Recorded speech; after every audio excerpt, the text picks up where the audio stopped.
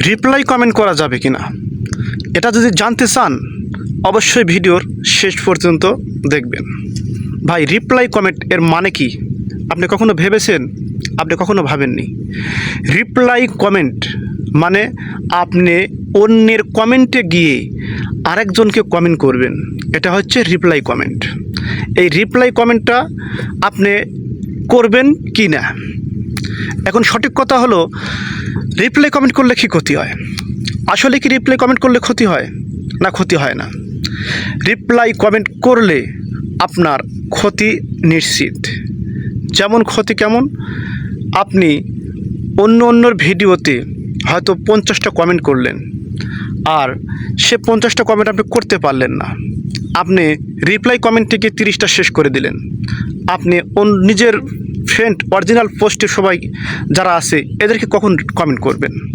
আপনার কমেন্ট তো ওখানেই শেষ হয়ে গেল, এদের করতে গেলে আপনাকে ব্লক করে দেবে। তো নিজের মেধা খাটিয়ে যেটুক বুঝতে পারবেন সেটাই হচ্ছে আপনি আসল কন্টেন্ট ক্রিয়েটর।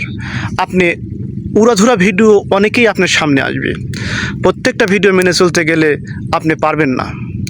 আপনি শুধু দুয়ের থেকে একজন তিনজন এরম ভালো দক্ষ গাইডলাইন দেখে চলার চেষ্টা করবেন।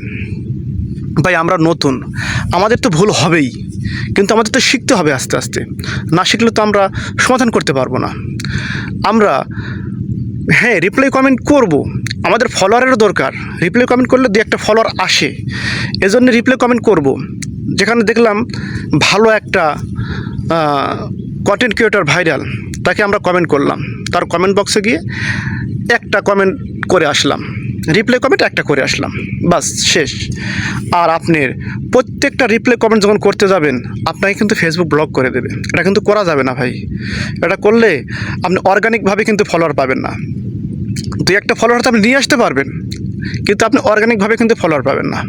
আপনাকে ফলোয়ার সংগ্রহ করতে হবে, ঠিক আছে, কিন্তু এটা আপনি একটু ধৈর্য ধরেন, দেখেন এমনিতেই আপনার ফলোয়ার বাড়বে।